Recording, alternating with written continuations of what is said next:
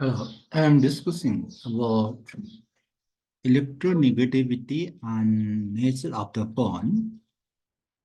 The nature of the bond formed between the two atoms depends on the electronegativity difference.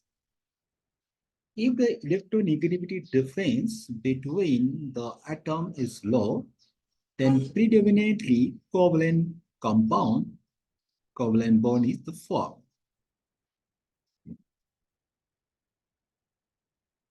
Similarly, if the electronegativity difference is high, then the predominantly ionic compound or bond will be formed.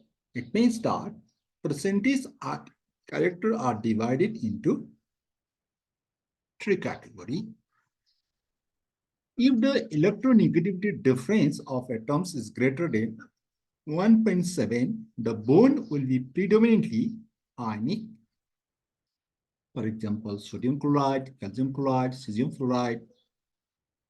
If the electronegativity difference is less than 1.7, then the bond will be predominantly covalent.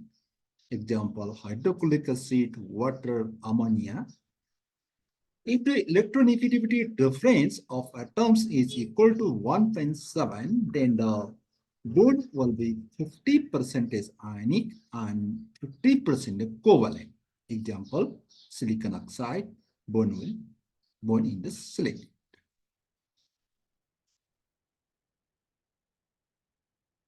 Thanks for watching. Thank you for your patience. That's now. Bye bye. See you again.